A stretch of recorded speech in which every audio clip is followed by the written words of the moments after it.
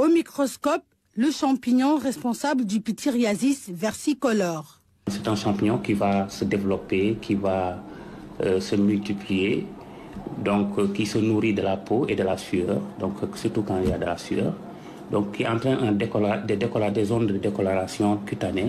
Sur la peau, il se présente sous ces taches multiples apparentes, des taches qui se situent principalement sur le thorax, le cou, et elles apparaissent aussi sur le dos et le visage.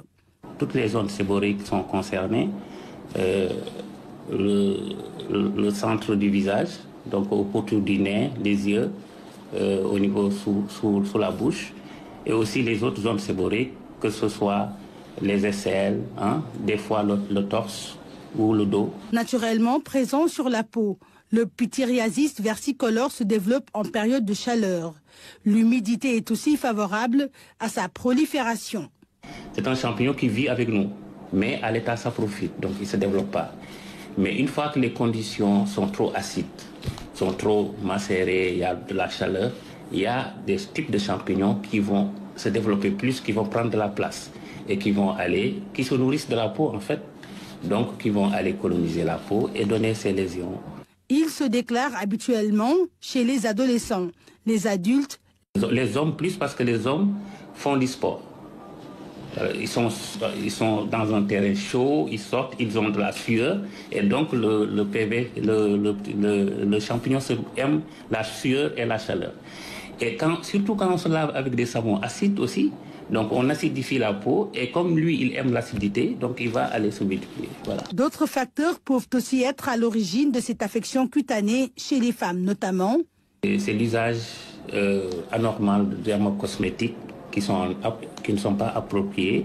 Bon, on trouve souvent le développement de ces champignons, c'est des personnes qui se dépigmentent la peau. On crée ce qu'on appelle une petite immunodépression.